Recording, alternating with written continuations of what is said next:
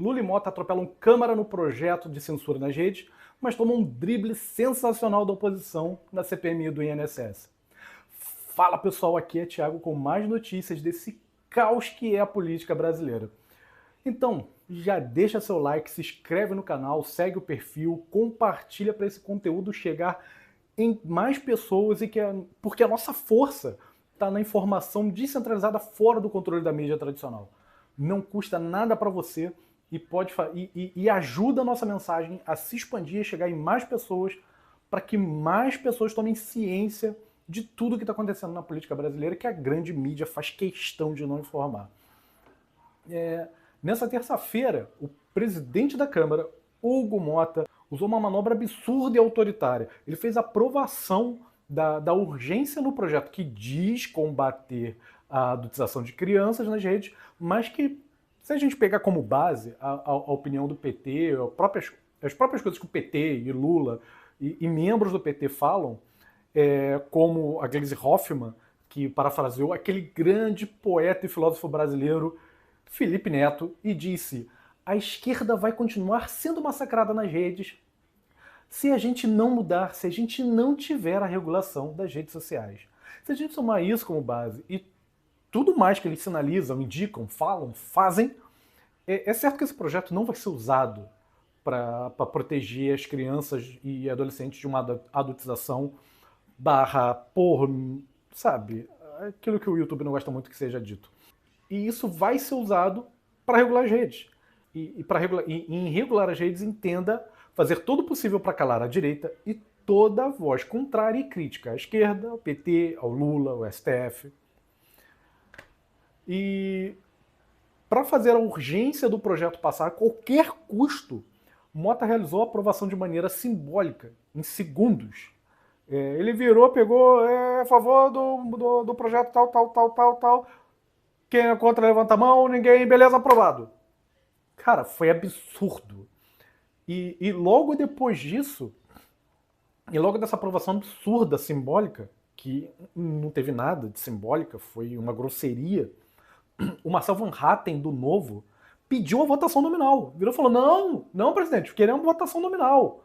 E o Hugo Mota virou e falou que já tinha sido votado e que já tinha havido mudado a pauta, e só faltou virar e falar: perdeu, mano. Sabe? As lideranças do país inspiram uma a outra de maneira sensacional. Essa democracia linda, essa democracia do amor, esse movimento do amor que emana do executivo, do judiciário, de todos do legislativo que são ligados a esses dois. E isso tudo aconteceu depois de Mota e lideranças do Republicanos, que é o partido do Mota, incluindo o presidente do Republicanos, o pastor Marcos Pereira, que almoçaram com Lula. Eu não sei o que foi servido nesse almoço com Lula, mas deixou Mota com muita coragem e apetite para descumprir acordos e passar por cima dos deputados, que são a única voz da população nessa zona que é a política brasileira. Então, na verdade, o Mota passou por cima da vontade de milhões de brasileiros que são representados pelos deputados que queriam a votação nominal e não uma decisão basicamente uma decisão monocrática do presidente da Câmara. E uma decisão monocrática de alguém que simplesmente virou um garoto de recados do STF e do Lula, que já abriu completamente mão da independência dele como parlamentar há muito tempo e agora só se comporta como uma marionete na mão desses dois que revezam os seus usos. Uma hora obedece ao PT e ao Lula, uma hora obedece ao STF. Foi a única coisa que serviu de função para o Hugo Mota, ser fantoche na mão desses dois titereiros. Se o Hugo Mota vai começar a fazer esse tipo de coisa, para que a gente paga 513 deputados? Se Mota, abusando da presidência, passa por cima de todos eles de uma manobra traiçoeira e covarde. Mas apesar de ter conseguido esse objetivo, esse ato mostrou algo incrível. Esse ato só mostrou que o Lula está fraco. E que sem manobra e sem subterfúgios ele não consegue aprovar nada dentro do legislativo. Mas só que ele é tão vaidoso e tão arrogante que ele não percebe que atropelar o legislativo é cuspir na cara dos eleitores, que tem outro ponto de vista. E esses eleitores são votos.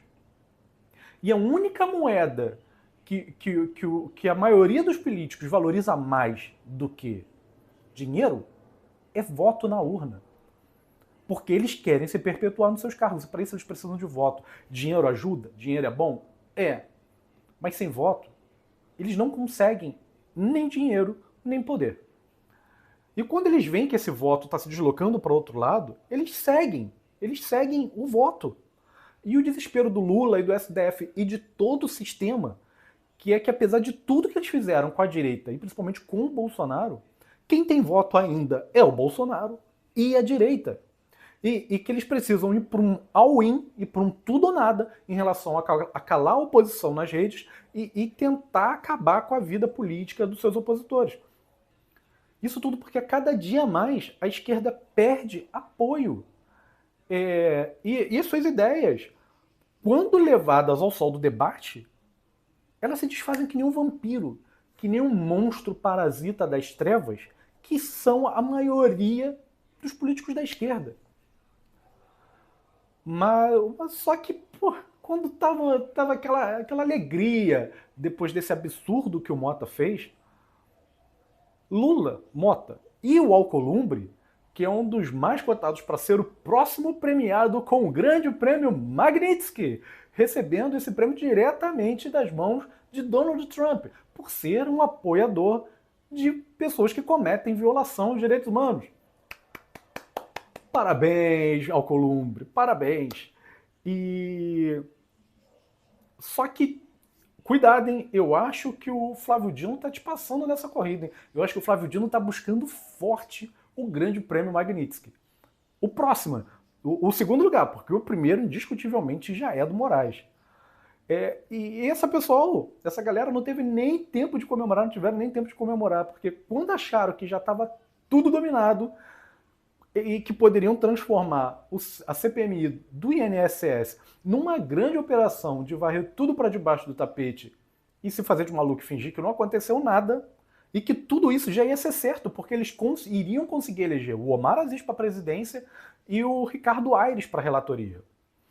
E não sei se de repente alguém não lembra, o Omar Aziz é aquele que presidiu a CPMI do Covid e que juntamente com aquele outro, eu quero achar uma palavra não tão pesada para descrevê-lo, aquele mau gestor de dinheiro público chamado Renan Calheiros, para não falar algo muito grosso, eles fizeram um absurdo, uma covardia, uma palhaçada com a doutora Nise Yamaguchi, que foi depois na CPMI do Covid, e eles não tem palavra para descrever como eles trataram a doutora Yamaguchi.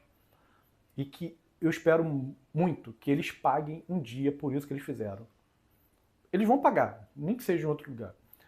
Mas eles já estavam dando certo, que o Omar Aziz ia presidir e o Ricardo Aires iria para a relatoria. Só que quando eles achavam que já estava tudo esquematizado, a oposição se mobilizou durante a noite.